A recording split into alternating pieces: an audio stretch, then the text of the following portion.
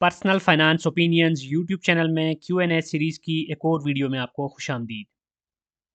इस video series में हमारे जो सब्सक्राइबर्स हैं या व्यूअर्स हैं उनकी तरफ से जो सवालात उठाए जाते हैं थ्रू ईमेल, थ्रू व्हाट्सएप या फिर कमेंट सेक्शन के ज़रिए, वहाँ से कुछ सवालात को सिलेक्ट करके उनके जवाबात के ऊपर मुश्तमिल एक वीडियो बनाई जाती है ताकि आपके जो भी अबहाम हैं, कन्फ्यूजन्स हैं, ये जो क्वेरीज़ हैं उनको एड्रेस किया जा सके। इस तरह के जो सवालात हैं वो आप इन्वेस्टिंग के हवाले से, पर्सनल फाइनेंस के हवाले से कर सकते हैं और कोशिश की जाएगी कि जो भी रेलेवेंट और इम्पोर्टेंट क्वेश्चंस हैं उनको इस तरह की जो वीडियो सीरीज़ है उसकी आने वाली वीडियोज़ का हिस्सा बनाया जाए। जो पहला सवाल है वो हमारे एक सब्सक्राइबर की तरफ से है कि वो 10 लाख रुपए यानी 1 मिलियन रुपया इन्वेस्ट करना चाहते हैं स्टॉक मार्केट में। लेकिन जो उनकी इन्वेस्टमेंट है उसका जो पर्पज़ है वो ये है कि वो अपना जो डेली के रनिंग एक्सपेंसेस होते हैं या किचन एक्सपेंसेस होते हैं उनको इसके जो डिविडेंड हासिल होगा उसकी मद में वहाँ से पूरा करना चाहते हैं। अब ये उनका सवाल है कि 10 लाख रुपए अगर आप इन्वेस्ट करते हैं तो क्या उसकी बेसिस पे किचन आपका चल सकता है? इस सवाल का जवाब देने से पहले ये वाज़ेह करना ज़रूरी है कि किचन एक्सपेंसेस एक बहुत ही वेग टर्म है क्योंकि कोई एक शख्स ऐसा हो सकता है जिसकी जो किचन एक्सपेंसेस है वो मे बी 20-25 हज़ार 30 हज़ार रुपए हों, लेकिन कुछ ऐसे भी हो सकते हैं जिनके लाखों में हों। तो ये बहुत ज़्यादा डिपेंड करता है आपके लाइफ़स्टाइल के ऊपर, आपकी जो पर्सनल एक्सपेंस जो जिस जिस लेवल की आप करते हैं उसके ऊपर, आपके लाइफ़स्टाइल के ऊपर। लेकिन अगर इन जनरल बात करें 10 लाख रुपए की इन्वेस्टमेंट के हवाले से तो अब स्टॉक मार्केट में जब आप इन्वेस्ट करते हैं तो उसमें देखना ये होता है कि आपको जो डिविडेंड यील्ड मिल रही है वो कितनी है। डिविडेंड यील्ड किस तरह कैलकुलेट करते हैं उसमें आप शेयर की मौजूदा प्राइस को देखते हैं और फिर जो उसका ईयरली डिविडेंड होता है ट्रेडिंग 12 मंथ का उसकी बेस पे फॉर्मूले से आप कैलकुलेट करते हैं। अब हम हाइपोथेटिकल एग्जांपल अगर लें कि 10 लाख रुपए आप इन्वेस्ट करते हैं और आप ऐसे स्टॉक्स में इन्वेस्ट करते हैं जो कि 20% डिविडेंड यील्ड के हामिल हैं, तो उस केस में जो आपको डिविडेंड मिल रहा होगा वो तकरीबन 2 लाख रुपए होगा साल का। अब चूँकि स्टॉक मार्केट में माहाना बुनियादों पर डिविडेंड तो मिल नहीं रहा होता, क्वार्टरली बेसिस पे कुछ कंपनीज़ देती हैं, कुछ हाफ ईयरली बेसिस पे और कुछ फिर ईयरली बेसिस पे। लेकिन उस टोटल अमाउंट जो साल की मिलती है उसको अगर हम डिवाइड करें 12 के साथ, तो अगर 20% डिविडेंड यील्ड के हामिल स्टॉक्स में आप इन्वेस्ट करते हैं और फिर आपको उसमें से जो डिविडेंड मिलता है वो 2 लाख रुपए, तो उसको अगर आप 12 से डिवाइड करें तो लगभग आपके 16,600 के करीब रुपए बनते हैं पर मंथ। अब इसके बरक्स अगर आपकी इन्वेस्टमेंट ऐसे शेयर्स में है जहाँ पर 30% आपको डिविडेंड यील्ड मिल रही है, तो उस केस में आपके जो मंथली इसमें से यानी कि डिवाइडेड बाय 12 करके मंथली बुनियादों पर डिविडेंड की वैल्यू को कैलकुलेट करें, तो वो तकरीबन 25,000 रुपए बनती है। अब ये जो मैं अमाउंट बता रहा हूँ, ये कुछ अज़म्पशन्स के साथ है। पहली अज़म्पशन तो ये है कि इसमें मैं टैक्स और जो ज़कात की डिडक्शन है, उसको कंसिडर नहीं कर रहा। वो आप डिपेंडिंग ऑन फाइलर या नॉन फाइलर, तो वो डिडक्शन भी हो जाएगी, तो आपको जो अमाउंट मिलेगी, वो आफ्टर टैक्स ही मिलेगी। दूसरी चीज़ ये है कि ये सिर्फ़ हम इस अज़म्पशन के ऊपर जा रहे हैं कि डिविडेंड को ही हम कंसिडर कर रहे हैं। कैपिटल गेन या लॉस जो हो रहा है उसमें, जो कि पेपर लॉस ही होगा जब तक आप उसको बेचते नहीं हैं, या पेपर प्रॉफ़िट ही होगा जब तक आप उसको बेचते नहीं हैं। तो उसको मैं कंसीडर नहीं कर रहा। ये भी पॉसिबल है कि आप 10 लाख रुपए के शेयर्स खरीदते हैं और उसमें से आपको इतना डिविडेंड तो मिल जाता है लेकिन शेयर्स की अपनी प्राइस नीचे आ जाती है। या इसके वाइस वर्सा ये भी पॉसिबल है कि 10 लाख रुपए के आपने शेयर्स लिए और आपने उसमें से 20% या 30% डिविडेंड यील्ड के साथ 1 साल के अंदर अच्छा खासा डिविडेंड भी ले लिया और साथ-साथ जो शेयर्स की अपनी प्राइस है वो भी बढ़ गई और 10 लाख रुपया जो आपने इन्वेस्ट किया वो 15 लाख बन गया, 20 लाख बन गया या कोई भी नया नंबर आप देख सकते हैं। तो ये सारी चीज़ें भी सारे आपने ज़हन में रखने हैं कि सिर्फ़ सीधी-सीधी ये ऐसी कोई फ़िक्स्ड जिस तरह डिपॉज़िट होते हैं या इंटरेस्ट बेस्ड इन्वेस्टमेंट होती है, जैसे किसी सेविंग अकाउंट में पैसा रख दिया, तो उसमें से जो आपको फ़िक्स्ड रिटर्न आ रहा होता है, उस तरह का रिटर्न आप यहाँ से एक्सपेक्ट ना करें। यहाँ पर चीज़ें बहुत ज़्यादा वेरिएबल्स के साथ हैं, इफ्स एंड बट्स के साथ हैं। हो सकता है कि आप डिविडेंड भी अच्छा हासिल कर रहे हों और साथ-साथ कैपिटल गेन भी मिल रहा हो, या ये भी पॉसिबल है कि कोई कंपनी जो रेगुलरली डिविडेंड दे रही है इस दफ़ा डिविडेंड स्किप कर दे और आपका जो कैपिटल गेन है उसके बजाय कैपिटल लॉस भी हो रहा हो। तो ये सारी चीज़ें पॉसिबल होती हैं। इन सारी चीज़ों को ज़हन में रख कर ही आपने स्टॉक मार्केट में पैसा लगाना है। अब इसके बाद एक और सवाल हमारे एक व्यूअर का है कि जब इंडेक्स 40 और 50 हज़ार के ब्रैकेट में था, क्योंकि पिछले साल और इस साल के शुरू में भी अगर आप देखें तो इंडेक्स काफ़ी नीचे था, तो उस वक्त इन्होंने काफ़ी सारे शेयर्स लॉन्ग टर्म इन्वेस्टमेंट के लिए खरीदे थे। अब वो ये पूछ रहे हैं कि इस वक्त इंडेक्स 65,000 के करीब है और वो लॉन्ग टर्म इन्वेस्टर हैं, लेकिन इस मौके पे उनको एक फ़ियर सा ज़हन में होता है कि ये बहुत हाई प्राइस के ऊपर अगर शेयर्स को लेंगे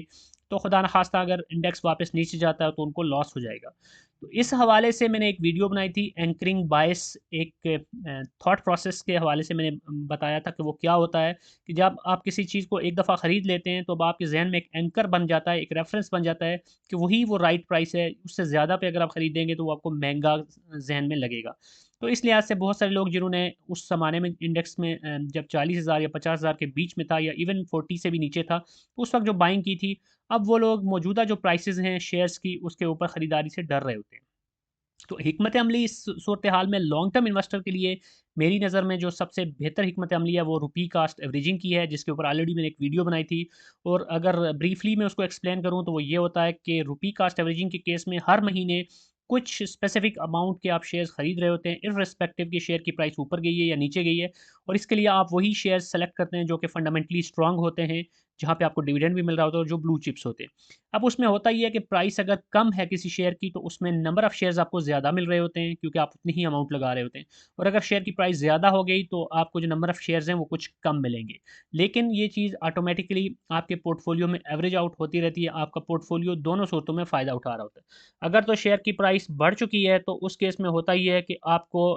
उसमें फ़ायदा ये होता है कि अ आपकी जो नंबर ऑफ़ शेयर्स तो अगरचे आपको कम मिले, लेकिन आपको वो एवरेज आउट हो जाते हैं। लेकिन दूसरी और जो आपके एग्जिस्टिंग शेयर्स होते हैं उनकी प्राइस भी, यानी उनकी जो वैल्यू है वो भी ऊपर जा चुकी होती है।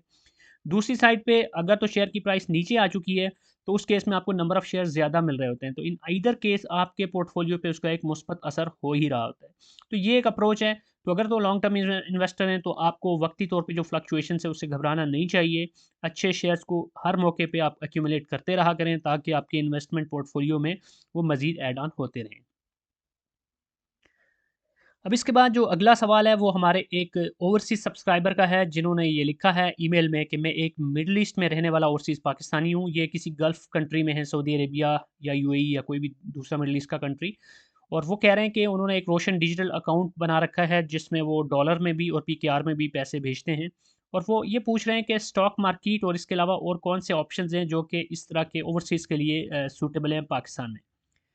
रोशन डिजिटल अकाउंट एक बहुत ही ज़बरदस्त इनिशिएटिव था प्रीवियस गवर्नमेंट का, और उस वक्त स्टेट बैंक और प्रीवियस गवर्नमेंट का मिलकर, और इसको मौजूदा गवर्नमेंट ने भी कंटिन्यू किया हुआ है। और ये इसके ज़रिए काफ़ी सारा इन्फ्लो आया पाकिस्तान के अंदर और बहुत सारे इन्वेस्टमेंट एवेन्यूज़ भी खोले गए। तो अगर आप ओवरसीज़ पाकिस्तानी और मिडल ईस्ट में हैं तो पहली चीज़ तो ये है कि मिडल ईस्ट के ओवरसीज़ पाकिस्तानी ख़ास तौर पे जो सऊदी अरेबिया में रहते हैं, उनके लिए पाकिस्तान में उनके लिए एक चीज़ होती है कि पाकिस्तान में वापस आना ही आना होता है। आज नहीं तो कल आपने वापस पाकिस्तान ही आना है, क्योंकि मिडल ईस्ट के कंट्रीज़ के अंदर पासपोर्ट का या नेशनैलिटी का एज़ सच कोई कांसेप्ट नहीं है एज़ ऑफ़ नाउ। तो ये ज़रूर आप ज़हन में रखें कि पाकिस्तान में आप अपनी इन्वेस्टमेंट्स जितनी कर सकते हैं, जितना आप अपने यहाँ पे एसेट्स को बढ़ा सकते हैं, वही आपके लिए आने वाले वक़्त में फ़ायदेमंद होगा। तो अब रोशन डिजिटल अकाउंट के ज़रिए सबसे जो ईज़ीएस्ट ऑप्शन बहुत सारे लोग यूज़ करें वो तो इस्लामिक नया पाकिस्तान सर्टिफ़िकेट्स या फिर कन्वेंशनल नया पाकिस्तान सर्टिफ़िकेट्स का है, जिसमें आपको डॉलर टर्म के अंदर भी यूरो में या किसी पाउंड में या इवन पीकेआर में किसी भी करेंसी में अगर आप उसमें सर्टिफ़िकेट्स ख़रीदते हैं for 3 months, 6 months, 1 year, 3 years या 5 इयर्स, कोई भी टेन्योर सेलेक्ट करके, तो उस पे अच्छा खासा आपको प्रॉफ़िट रेट मिल रहा होता है, और उसमें फिर इस्लामिक ऑप्शन पे जाके आप शरिया कंप्लायंस को भी देख सकते हैं। एक ऑप्शन तो वो हो गया, लेकिन वो एक टेम्परेरी ऑप्शन है, क्योंकि जो स्टेट बैंक की पॉलिसी रेट अगर चेंज होते हैं तो चांसेस ये हैं कि उस केस में आरडीए के अंदर जो प्रॉफिट रेट्स हैं वो भी फ्लक्चुएट करेंगे, तो वो एक चीज़ होगी। दूसरा ऑप्शन ये है कि फिर रोशन इक्विटी के ऑप्शन के ज़रिए आप स्टॉक मार्केट में भी इन्वेस्ट कर सकते हैं बहुत आसानी के साथ। और जो ओवरसीज़ पाकिस्तानीज़ हैं उनके लिए जो ऑप्शंस जिस तरह डिवाइस किए गए हैं और जिस तरह एप्लीकेशंस के अंदर और डिजिटल बैंकिंग के अंदर मुख्तलिफ बैंक्स की तरफ से ऑप्शंस रखे गए हैं, वो बड़े ही सहल और आसान हैं। ईज़िली आप अपना अकाउंट खोल सकते हैं फॉर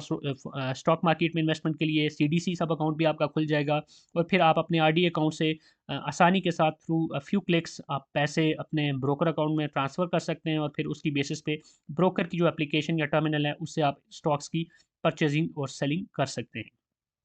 इसके अलावा जो कन्वेंशनल ऑप्शंस होते हैं वो तो प्रॉपर्टी मार्केट के अंदर इन्वेस्टमेंट्स के होते हैं, तो उसमें मैं यही कहूँगा कि जहाँ तक मेरी अंडरस्टैंडिंग है उसके मुताबिक सबसे बेहतर यही है कि प्रॉपर्टी मार्केट में अगर आपने इन्वेस्टमेंट करना भी हो तो आपने वो फिजिकल एसेट्स में करना चाहिए, यानी कि जो प्रॉपर्टी रियल में आपको जिसकी ओनरशिप मिल रही हो। फाइल्स के अंदर या सिर्फ ख्याली बातों के अंदर कि आपको इतने सालों में यहाँ पर एफिल टावर बन जाएगा, यहाँ पर फलां चीज़ बन जाएगी, उस बेसिस पे जहाँ पर आपको मुख्तलिफ जगहों से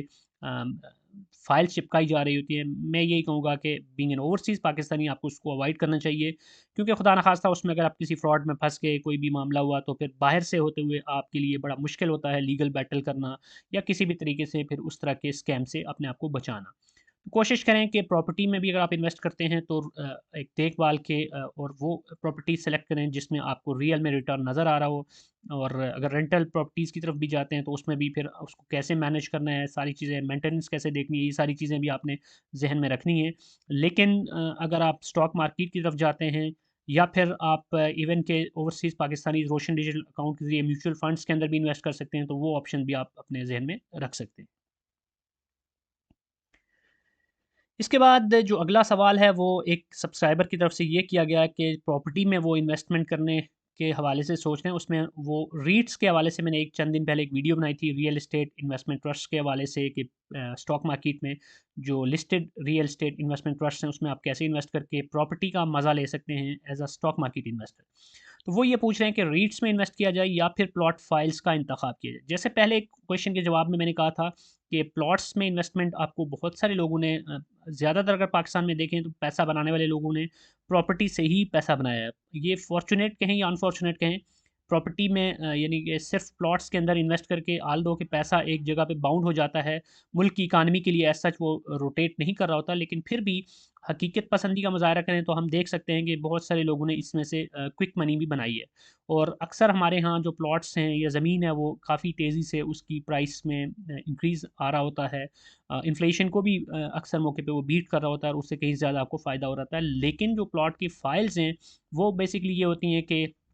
कहीं पर कोई नई सोसाइटी लॉन्च होने जा रही है, अभी उनके पास उतनी ज़मीन भी नहीं है एक्वायर की हुई होती, और अभी ये भी नहीं पता होता कि कितने सालों में उन्होंने उसको डेवलप करना है, रहने के काबिल बनाना है। उसके लिए उनका लेआउट क्या होगा, उनकी क्या एलओपी मंज़ूर हो चुकी है, क्या उनकी एनओसी उनके पास है, क्या लीगल पॉइंट ऑफ व्यू से वो सारी चीज़ों पे पूरा उतरते हैं, उस सोसाइटी की या उस बिल्डर की रेपुटेशन क्या है, ये बहुत सारी चीज़ें होती हैं जो कि आपने देखनी होती हैं। तो उस सूरत में रियल एस्टेट इन्वेस्टमेंट ट्रस्ट में इन्वेस्टमेंट इस लिहाज से बेहतर होती है कि रीट्स के अंदर आपको ये सारी चीज़ें देखने की ज़रूरत नहीं होती, वो ऑलरेडी रेगुलेटेड होती हैं। और उनके जैसे रेंटल रीट्स की बात की जाए, Dolmen City REIT as an example, या फिर आप जीआरआर डेवलपमेंटल रीट की बात करें, तो इस केस में आपको पता होता है कि आपने जो पैसा लगाया वो हाईली लिक्विड है। किसी भी टाइम आप रीट के अंदर जो पैसा डाला आपने उसको, जिस तरह नॉर्मल स्टॉक्स होते हैं उसी तरह ये स्टॉक्स भी, ये शेयर्स भी आप बेच सकते हैं और वो पैसा आपका हाईली लिक्विड होता है और फिर आपको उसको यूटिलाइज़ करते हैं। इसके बरक्स प्लॉट की फाइल्स अगर आपने ले ली, कहीं ऐसी जगह पे आप फँस गए जहाँ पे आपको अपना प्लॉट बेचना पड़ रहा है, फाइल्स बेचनी पड़ रही हैं, तो बहुत सारे केसेस में ऐसे होता है कि आपको बायर ही नहीं मिल रहा होता या फिर आपको लॉस में बेचना पड़ जाता है, क्योंकि प्रॉपर्टी फाइल्स का जो बिज़नेस होता है ये मोस्टली जो रियल एस्टेट के डीलर्स होते हैं उन्हीं के हाथों में घूम रहा होता है। उन्होंने ही बलून क्रिएट किया होता है, प्राइसेस को इन्फ्लेट किया होता है और जब चाहें उसको वो डिफ्लेट कर देते हैं। तो ये सारी चीज़ें आपने ज़हन में रखनी है। दूसरा ये कि प्लॉट्स के अंदर इन्वेस्ट करने के लिए आपको बड़ा सरमाया चाहिए होता है। ये मुमकिन नहीं है कि आप 2000, 5000, 10,000 से प्लॉट्स खरीद सकें या फाइल्स खरीद सकें। इसके बरक्स रीट्स की अगर बात करें तो उसके जो भी नंबर ऑफ़ शेयर्स आप लेना चाहें, जैसे उसकी अगर 500 शेयर्स भी आप लेना चाहें किसी रीट के तो वो ले सकते हैं। जिस केस में आपका जो टोटल आई थिंक चंद हज़ार रुपए बनते हैं, अगर उसकी करंट प्राइस देखें तो 13-14 रुपए में शेयर मिल रहा होता है आपको डीसीआर का या जीआरआर का। तो आप अंदाज़ा लगा सकते हैं कि कितने थोड़ी अमाउंट के साथ आप उसके अंदर इन्वेस्ट कर सकते हैं। तो बहरहाल दोनों के प्रोज़ एंड कॉन्स हैं। प्लॉट के अंदर आपको कैपिटल गेन ज़्यादा मिल रहा होता है क्योंकि उसकी कीमतें बढ़ जाती हैं, जबकि रीट्स के अंदर कैपिटल गेन इतना नहीं है, लेकिन उसमें से आपको कंसिस्टेंट डिविडेंड ज़रूर मिल रहा होता है। अब इसके बाद हमारे सब्सक्राइबर ने लिखा है कि वो नए हैं स्टॉक मार्केट में इन्वेस्टमेंट करने के हवाले से, और वो सोच रहे हैं कि वो स्टॉक मार्केट में इन्वेस्ट करें, लेकिन उनको समझ नहीं आ रही कि ब्रोकर का इंतखाब कैसे करें। क्योंकि पाकिस्तान स्टॉक मार्केट की ऑफिशियल साइट पे जाएँ तो आपको अगर ऑथराइज़्ड ब्रोकर की लिस्ट देखें तो वहाँ पे आपको काफ़ी ज़्यादा ब्रोकर्स नज़र आ रहे होते हैं। अब एक लेमैन के लिए जिसने स्टॉक मार्केट में बिल्कुल भी इन्वेस्ट नहीं किया, उसको समझ नहीं आ रही होती कि अब इनमें से किस ब्रोकर को सेलेक्ट किया जाए, क्योंकि लोगों के ज़हनों में शकूक व शुबहात भी होते हैं। तो पहली चीज़ तो ये है कि जो ऑथोराइज़्ड ब्रोकर्स हैं, जो कि ऑथोराइज़्ड ब्रोकर की लिस्ट आपको नज़र आ रही होती है स्टॉक मार्केट की वेबसाइट पे,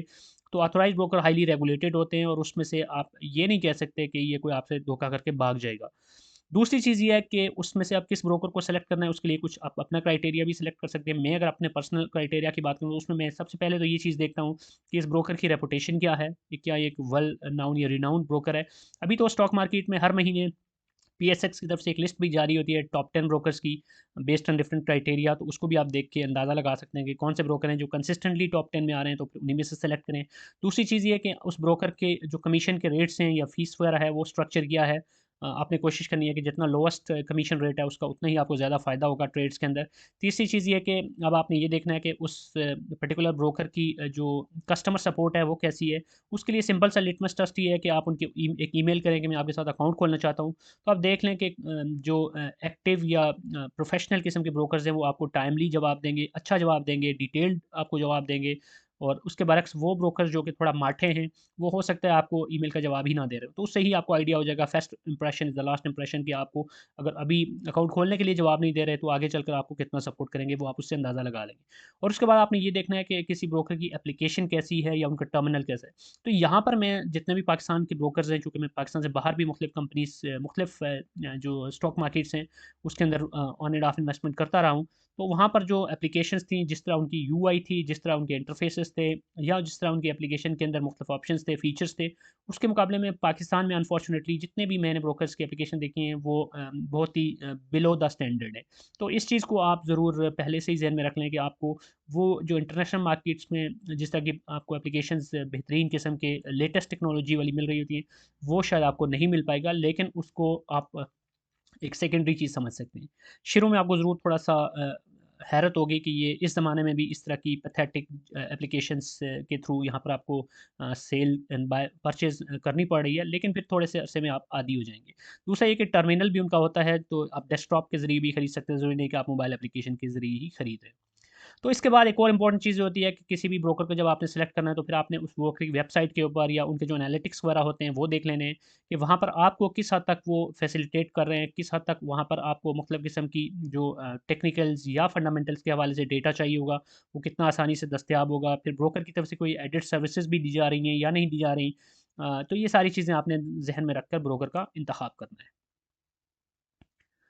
अब इसके बाद एक और सब्सक्राइबर ने सवाल किया है कि वो शरिया कंप्लायंट इंडेक्स या शरिया कंप्लायंट जो कंपनीज़ होती हैं उन्हीं में इन्वेस्ट करना चाहते हैं और वो उन्हीं में इन्वेस्ट कर रहे हैं। लेकिन होता ये है कि इस पाकिस्तान स्टॉक मार्केट में जो केएमआई इंडेक्स है, यानी कराची मीज़ान इंडेक्स, या जिसको शरिया कंप्लायंट इंडेक्स बोलते हैं, उसमें हर 6 महीने के बाद असर नो उसको कैटेगराइज़ किया जाता है, उसकी तरतीब नो होती है। तो वो कह रहे हैं कि अगर एक कंपनी उन्होंने ऑलरेडी खरीद ली, क्योंकि उस वक़्त वो शरिया कंप्लायंट थी, लेकिन बाद में अगर वो शरिया इंडेक्स से निकल गई, तो अब उनको क्या करना चाहिए? तो इसमें आपकी पर्सनल प्रेफ़रेंस के ऊपर डिपेंड करता है। अगर हार्ड एंड फास्ट रूल देखा जाए या आप एक हार्डकोर अप्रोच फ़ॉलो करें, तो उसमें तो ये होगा कि जो ही कोई कंपनी शरिया कंप्लायंट इंडेक्स में से निकल गई, तो आप उसमें से एग्ज़िट कर जाएँ। लेकिन ये हार्डकोर अप्रोच है। मैं अगर अपनी पर्सनल बात करूँ, तो मेरी अप्रोच ये होती है कि अगर मैंने शरिया कंप्लायंट इंडेक्स की कंपनी को सेलेक्ट किया, जब मैंने उसमें इन्वेस्ट किया उस वक़्त वो शरिया कंप्लायंट थी, तो मेरी इंटेंशन